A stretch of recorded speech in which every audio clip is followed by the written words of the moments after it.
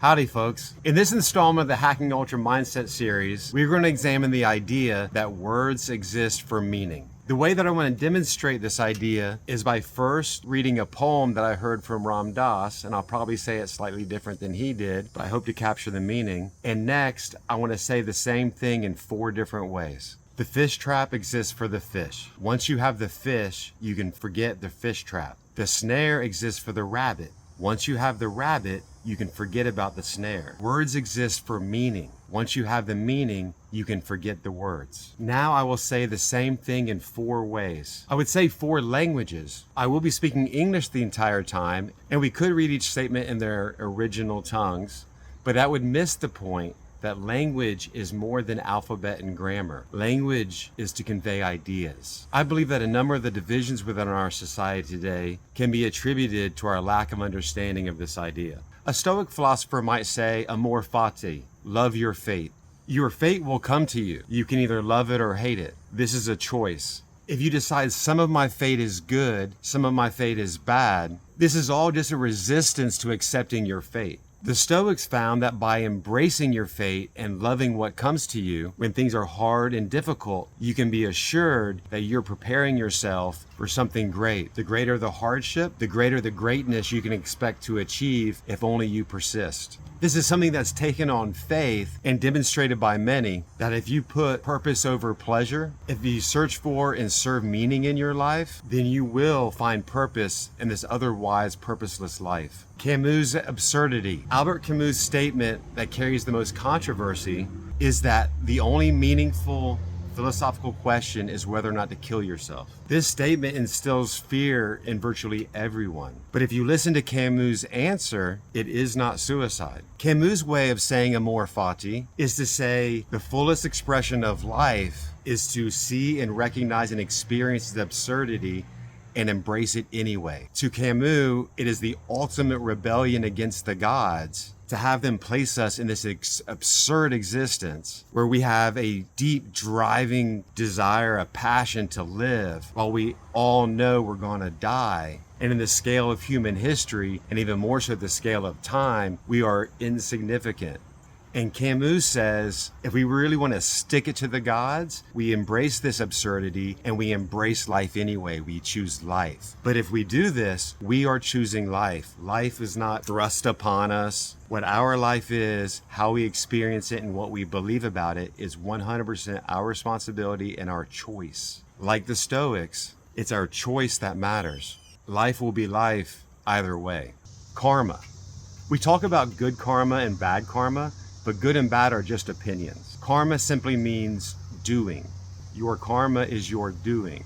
So whether you're going to look at a model of literal death and reincarnation, where what you do in this life determines what your next life will be, or if you want to use the traditional good karma, bad karma, you put good into the world, good comes back to you. You put bad into the world, bad comes back to you. As Robert Hunter likes to say it, if you plant ice, you will harvest wind. This is all true. This is how it works. And whether your karma is good or bad, that is a choice. You can see it either way you want. And so if we want to set the objective of escaping karma, then the methodology that's been developed is to embrace our karma, stop having opinions about good and bad. If you have unpleasant experiences in life, which you will, you can see that as consequences of previously bad decisions. And instead of lamenting that, make better decisions today with the assurity, the faith that that will be returned to you in the future. You do not choose to be subject to karma, but you do choose how you navigate through it. Trust in God. This way of saying the same thing brings out a point that underlies all of them. It obviously highlights the same aspect of the idea that we have a choice. The active verb trust harkens back to that choice, that action, that looking at our existence in a certain way will benefit our experience through it. This highlights that in all 4 ways of saying the same thing, there is an element of faith, of belief, and a choosing of belief. Trust in God may seem different because we're introducing a third party, a God. I contend that this element exists in all the examples, but this forces us to address that word God, the idea of a third party actor, even a creator. And I'll offer an analogy that establishes that we cannot just dismiss this question.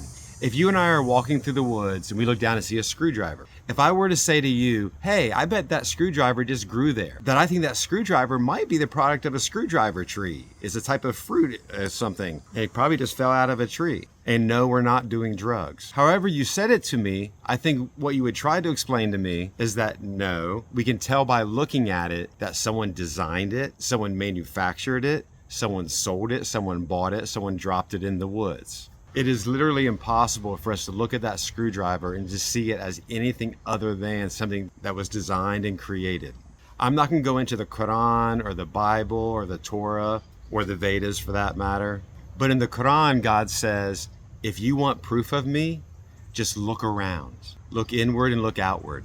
In today's scientific age, we can see below the atom into the subatomic particles. We can look out into space and see the origin of the universe. We know the further out we look, we are actually looking back in time. If we're looking at something that takes 7 years for the light to travel, what we're seeing is that object 7 years ago.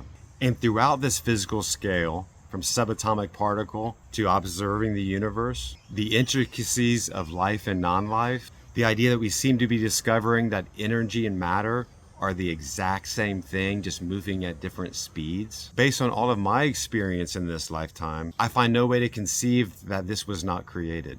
And as with the other 3 ways of saying the same thing, this is not a problem we can solve. This is way bigger than we could ever grasp, no matter how much we learn about it. So the only thing we're left with is faith, is making a decision to believe something even though we can never prove it.